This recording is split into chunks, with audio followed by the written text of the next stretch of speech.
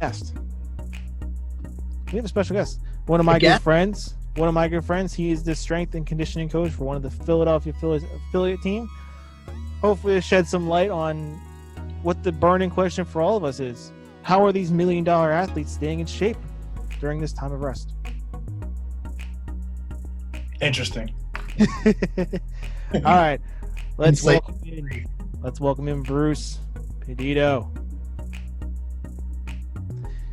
Hold on. He's connecting right now. There he is. Yep. What's up, man? Hey, how's it going, guys? Hey, Bruce. What's going on? Not too much. How are you? So, the guy in the blue shirt is Nick. Hey. The guy in the hideous green jersey is Sharif.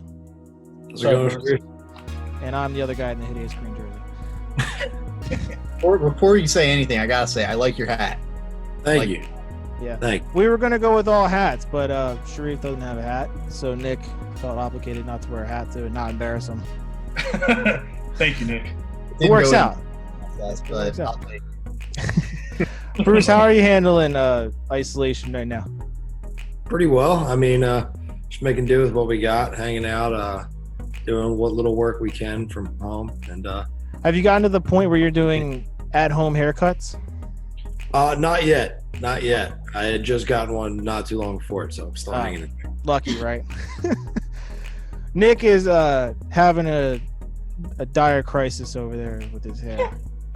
Yeah, it's not a good look.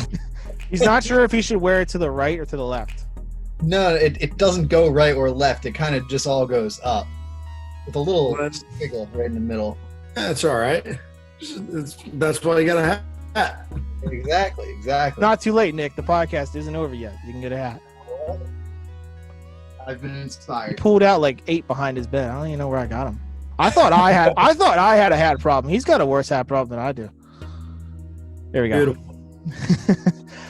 All right, Bruce. So why don't we give us a background? Like, what do you do? Where are you from? Where'd you go to school? All right. From South Jersey, Mount Laurel is my hometown. I went to this Holy Cross High School where Brian is also an alumni of, and then Sales University out in the Lehigh Valley. And after a few years of working in South Jersey doing strength and conditioning, I got a job with the Phillies doing minor league strength and conditioning. I spent 1 season with the Williamsport short season team, and this is my 2nd season with the Lakewood Blue Claws here in New Jersey. Nice. It's a hell of a resume. Yeah. So we're all kind of, they tell us to do a lot of home workouts and stuff for us normal people. And I gotta say, like, what is like the number one thing that some of these athletes are doing right now to try to keep them in shape? Can you divulge any of those secrets? Are you supplying any juice or no? No, we're not on the A-Rod workouts, but not paid by the Yankees, right? Yeah. Most of the guys, like, if there's like one thing that they're doing right now to help maintain ready for game shape, it's going to be sprinting. It's like the best thing you can do with your body weight to keep your body in top speed. I mean, as far as exercise goes, well, the way we always explain it is when it comes to something like running, do you want to look like a sprinter or do you want to look like a distance runner? And if you look at sprinters, it's a good way to look like that. I mean, I guess most of us are built for comfort. I'm not saying everybody looks like that, but if you're picking one or the other, it's the best way to do it. I got you. So we all come from different background sports. I come from hockey. You come from lacrosse, right? Yep. And a little bit of football in high school, if I remember correctly. Mm-hmm. Sharif plays a little pickup basketball on the weekends. All right. And Nick is a big soccer guy. So is there a common thread between maybe staying in shape while you're not doing sports? Just like things that you can part wisdom on, like where we can all kind of maintain the same endurance level? I'd say endurance is going to be a little bit tougher.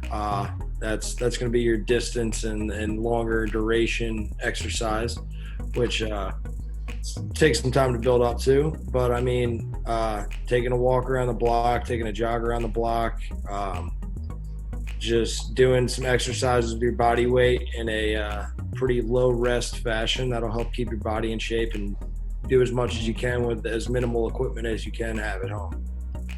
Sounds about right. I'm trying to run. I am trying to run. Yeah, it's easier said than done for most people, and especially if the weather's like I came up back to Jersey from Florida, so that 30-degree drop was a little bit of a I don't want to go outside as much as not being able to here in Jersey versus I was in Florida. It was funny. It was funny today. I was running because I'm working at home. So at lunch I run. So at lunch I go at 12 o'clock. So I go out and I run about 2 miles for lunch. And today it was like blistering heat. Like for whatever reason it was super hot. Like I thought I was gonna get face burn.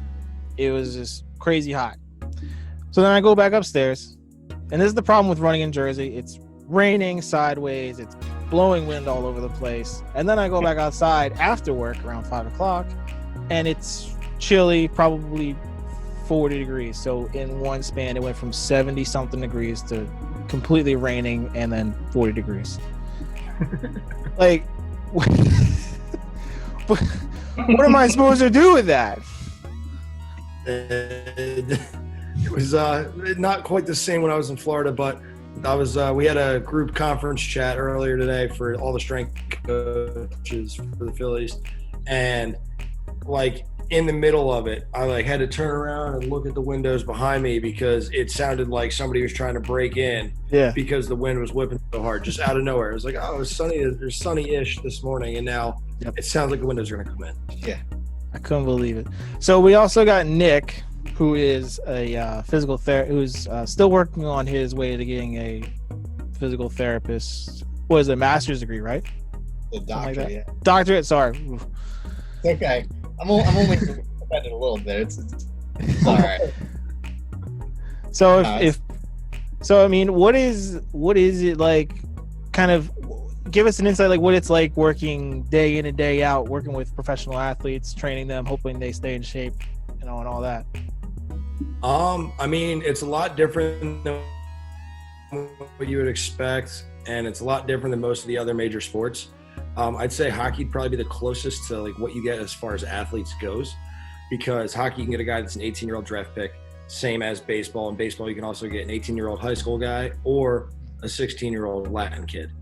So you get everything from these very young, untrained, kind of just really good at the sport, but not necessarily an athlete in the way you think of an athlete, until a few years later after they get some time to develop.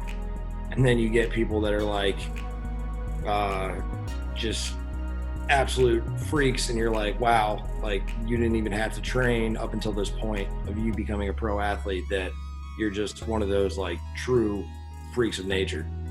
So that aspect of it is like my first mindset was like, oh, I'm gonna go in, this is a pro sport, everybody's gonna be like this unbelievable athlete, and then I meet a guy that throws 95 miles an hour and I'm like, that's not what I was expecting that guy to look like.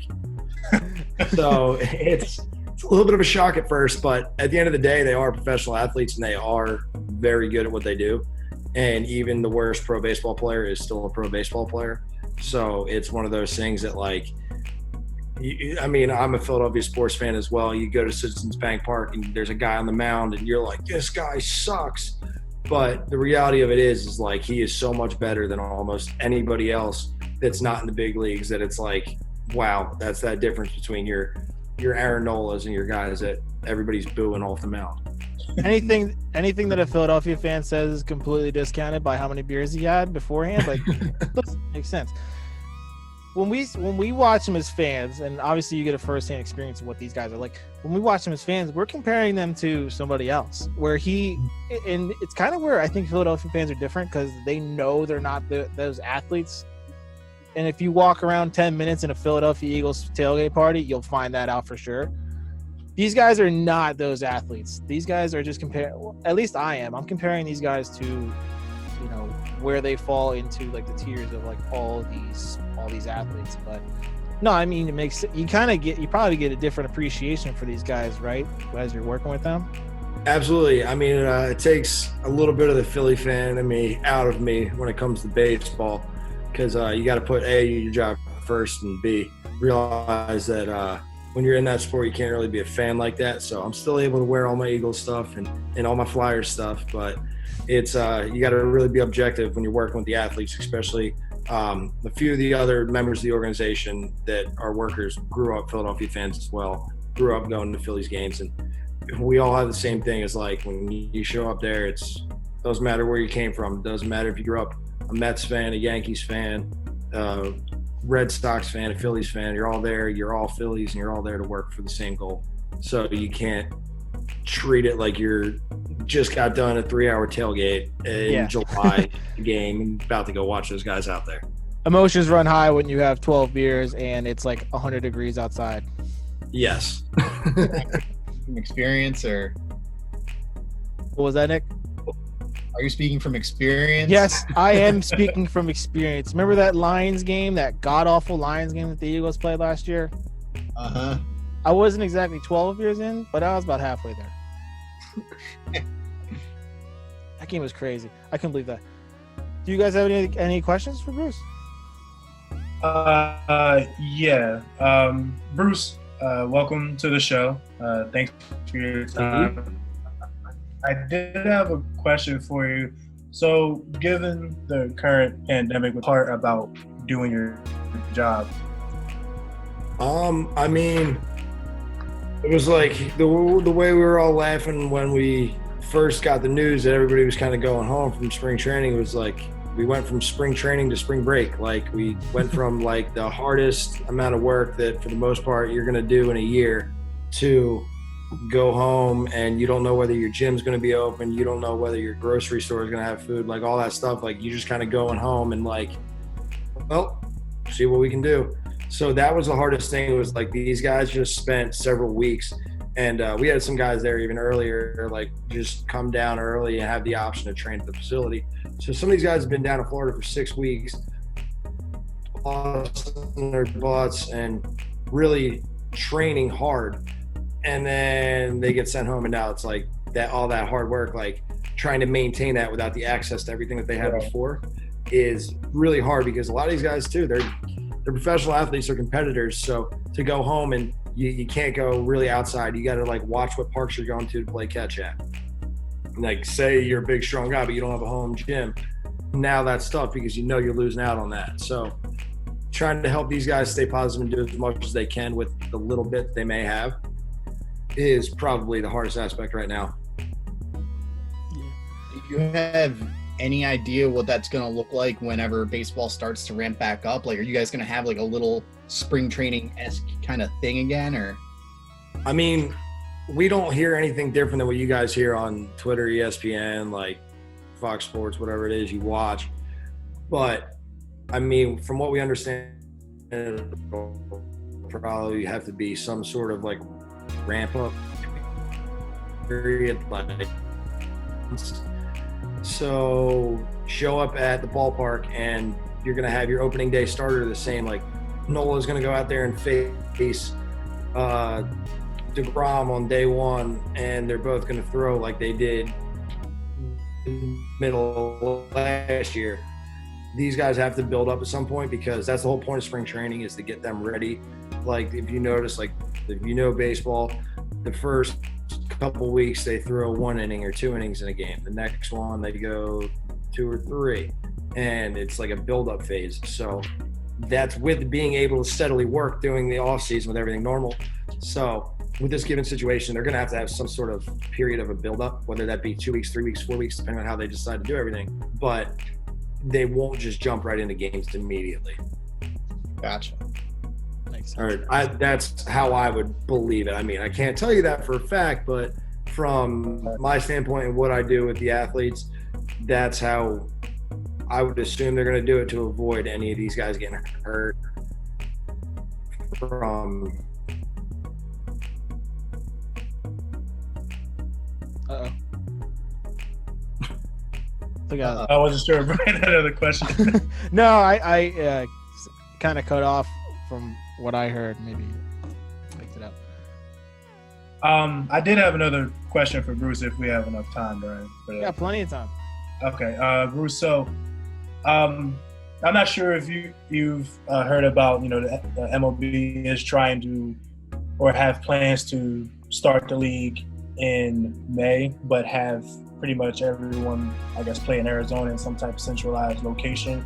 Have you had any communication as to what would happen with your team, or would that be in the same circumstance? The minor leagues and the major leagues are very different in the way that they'd be going about things. Obviously, everything gets kind of dictated by the MLB, but we have absolutely no idea any of that stuff. Like, anything you guys hear online is the same as what we hear online. Like, we don't, it's not like there's like some email chain that they're sending out. Like, all those meetings and stuff are strictly behind like the big owners and the GMs and everything. And if Trump's on a call with it, it's all of them. And none of us hear anything outside of whatever you see going across the bottom ticker on the ESPN. It's like, especially being at the lower level of the minor leagues, we're like the last people to get any information, because it's like, obviously your big leagues and your AAA, those are the guys that are the ones that are the big time. Like, they've played in the show, they're going to be there throughout the year.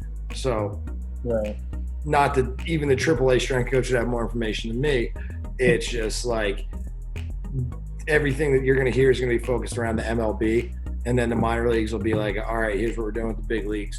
Now, what can we do for the minor leagues? Okay. So if this comes back, is there kind of like a plan that you guys are developing or are going to develop, like trying to get this thing kick-started, right? Pick it up right where you guys left off, or you want to start all over again? We have no idea. I mean, it all depends. Like obviously it's one of those things that they could come out with a vaccination or a cure and everybody could be good back to normal in 2 weeks. And it could be another 2 months, whatever it is, like obviously whatever the doctors and all that are working on it. But yeah, at the end of the day, have we been sitting around for 2 months, 3 months, 4 months, and that'll kind of dictate from my role what we have to do with these guys. And I mean, I can't speak to anything on like the actual baseball operation side of it, as far as like when the games would start, how the games would play, or anything like that. Like, right, that's well outside of the realm of anything I have any input on. Gotcha. Fair. There was a question. Hold on, I got it.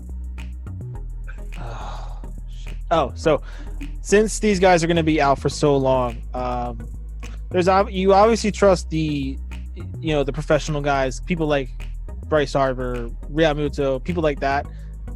Do you trust these professionals are going to keep themselves in shape because they have at-home gyms, they have access to a bunch of fitness ways to get things done? What would be the biggest fear, I guess, if some of these younger guys start coming in and you see that they're not taking care of themselves? I mean, it's the same as any normal offseason. Like, you really hope the guys have been doing everything that they need to be and using every resource that we give them. In the offseason, they obviously have a lot more resources than the given situation right now. But, I mean, we're just like, we stay in contact with these guys weekly, daily, sometimes like following up like May workout programs for a few of the guys that have weights at home. So it's like you stay on top of these guys and try and track their weight, try and make sure they're doing some sort of physical activity, whatever they can, making sure that if there's somebody like how in New Jersey, it's a very crowded area, like there's not a lot of food when you go to the store, depending on what day you go, like making sure, does that kid have enough food to eat that he's not like going to come back looking super skinny? Like, so we're just staying on top of them, staying in contact with them and trying to do anything we can to help them, given like if I'm calling a guy in California, there's not much I can do outside of like, hey, like how's workouts going? Like, is there anything I can help you with as far as that goes? But I can't really go drive to the store near me and then like meet him somewhere and give him food or anything like that. Right. So speaking to food, I don't know how much it falls into your jurisdiction, like dietary things and like that. But like, if let's say I'm an 18-year-old, AA player or whatever, what would be the main focus on dietary? Do you want him eating more like a meats or protein so he doesn't lose any muscle, or do you want him to eat leaner so when he comes back he'll be lighter on his feet or anything like that? I mean, I technically I'm not allowed to like speak on that aspect of it. It's outside of my scope of practice. So we have a team of nutritionists or dietitians that handle all that aspect of like what their plate and daily intake should look like. Gotcha. But I mean, like I can help guys with like, if you got a guy that's super skinny, obviously I can be like, yeah, like, hey, like that plate doesn't look like it's going to help you gain too much weight. Like maybe add a little bit, because we don't have a dietitian at every level. So when I'm in Lakewood, the dietitians stay in contact with me and we talk, and they help us with set up meals and stuff for these guys. But as far as like day-to-day stuff, like I'm going to be the one that's there seeing what they're actually eating, seeing if they're eating, and making sure that like they're doing what they're supposed to be after the dietitian has spoke with them and given them the plan of this is what you need to do. So I work very closely with our dietitians, and as well as the other strength coaches do too. So it's more of a, they lay down the groundwork for it, and then we help depending on where they're at. It kind of help them follow the plan. Okay, I have two more, and then if these guys want to ask you something, that's it, and otherwise we'll let you free. So I want to circle around to when you were talking about how you're seeing 16-year-old, 18-year-old guys. Are you in the, obviously you've only been doing this for like what, 2 years now? Yeah. So are you noticing that these players, as they're younger, are way more advanced than they were before, way back then? Like just over time they're getting progressively better every year? I mean, it just kind of give or take, because I mean, like you can even look at a 5-star recruit out of high school for football, and when they get to Alabama, they suck, and the 3-star is unbelievable. Like same kind of applies for baseball. Like somebody can be really good when they're 16 or 18, and then like they don't develop the way that you might expect somebody that's that good. Like, oh wow, they're that good now, like they could get better. And there are a lot of guys that are like a little bit stronger than maybe like seniors in high school when I was in high school, and that therefore they can throw a little bit harder or hit the ball a little bit harder. But for the most part, it's like the reason that we have so many levels in the minors is to help these guys develop. So like a guy might come in like at a higher level than like a 16-year-old might be a little bit better than one 10 years ago, 15 years ago, but it's still going to take him around the same amount of time to develop, because the skill around him is going to be this like same difference. Yeah. I am just curious because we're seeing it a lot more in hockey, where more of the big name, the banner name stars are getting so much younger, where we saw Austin Matthews take the league by storm 4 years ago. It's hard to believe it was 4 years ago. Yeah. I mean, we saw Svechnikov for the Canes. He was only 19 years old when he came up and started doing lacrosse goals all over the place. It's just, it seems to me that these players are developing much faster, or they're learning that I have to get here to do this, or I have to reach a certain level at a younger age. It seems like that they're coming in more physically prepared or more mentally prepared to put in the physical work for it. That's the way I see it. Yeah, like I think I would definitely agree with that. I mean, you look at the way that like in hockey, like a guy like Matthews or Marner, or even like Konechny for the Flyers, like they play with that little bit more loose, like confident style, whereas before, like those younger guys might have been a little bit more nervous and try to adapt to the style of play that the league is currently in, versus bringing their own style and kind of changing that and having that younger generation of talent. I mean, you look in the big leagues like Acuna, Soto, Tatis Jr., like all those guys are under 21, 22, Vlad Jr. I mean, they just play with like a confidence and like a swagger that like they know they can play, so that's why they're able to do it. Yeah, that's definitely true. They definitely have a different attitude to them than I've seen before. Yeah. All right, you guys got anything else? I have a little something. It's not totally like related to athletes and their conditioning, but what are these guys just doing right now to spend their time? I was talking to a few of the guys the other day, and a lot of Call of Duty. A lot of them are playing Call of Duty. So I know one of the guys is stuck by himself in his apartment in Florida. Like his family's back home in his home state out west. And I was like, what are you doing to pass the time? He's like, just me, my Xbox, and my Call of Duty. And I was like, all right, well, fair enough, as long as you're still working out. And he was like, yeah, basically I wake up, work out, play Call of Duty, eat, play more Call of Duty. Yeah. So that's pretty much what most of them are doing, Call of Duty, Fortnite. I know that a lot of them have been playing the show now that it came out, for at least the guys that got PS4. But that's no different than all of us. Staying on Twitter, staying on all that stuff to entertain. Yeah, that's definitely seems like what it is. Sharif, anything else?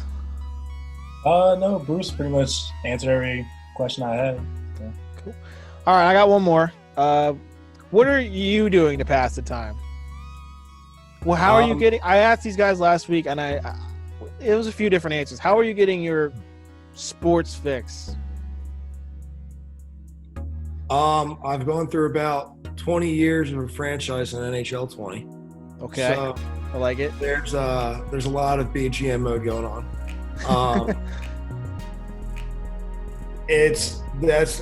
Other than staying on like Twitter, like looking at all you got to pick 3 athletes and then all the different March Madness brackets and everything. I mean, you see in our group chat on Twitter, like everything that blows up on it. Our group chat is like only like you have to pick X amount of things. Yes, I will say each of them gets progressively harder than the one before. Yeah, especially when it gets into like the Philadelphia and South Jersey specific stuff. Then we're really hitting some specifics there. Yeah, but we were splitting hairs on the South Jersey food. Oh yeah, I never seen anything like it. That was tough. I mean, and it came down to some arguments on Wawa. Yeah, the Wawa quality came into question. For sure. And hey, I mean, seeing it, like there's actually a lot of Wawas down in Clearwater, which is one of the things that bothers me is like when I go down there and I'm like, oh, you guys want to go get food at Wawa? And they're like, oh, you mean that gas station? I got to correct them and be like, no. It is a food market that has a gas station attached to it. It is not a gas station with a food market. Let's clarify that. And so then we go to Wawa, and they all love it. You know how my town is? I have an original Wawa. Standalone, no gas station. Can't find it anywhere else. Does it have the seagull like over the sun still? Wow. Yes, it does. Legitimate. It's a good one. It's not my favorite one, but it's a good one. Well, I'll tell you, I am watching Jeopardy. I told these guys last week, I have no shame. Nick doesn't have any shame. We're watching Jeopardy like it's a sporting event. 7 o'clock comes on, I'm like, let's go. Put some Jeopardy on. They're having a Who Wants to Be a Millionaire like kind of special right now. I think Jimmy Kimmel's hosting it. I mean, I'm not a huge fan of Jimmy Kimmel. I did watch a little bit today, though. What? I did watch it today. On demand. Yeah. I like the show. I want to catch it. I put up with it. I liked Eric Stone Street. That's the guy who was on it. Yeah. All right. Well, Bruce, hey, thanks for hanging out with us for a little bit.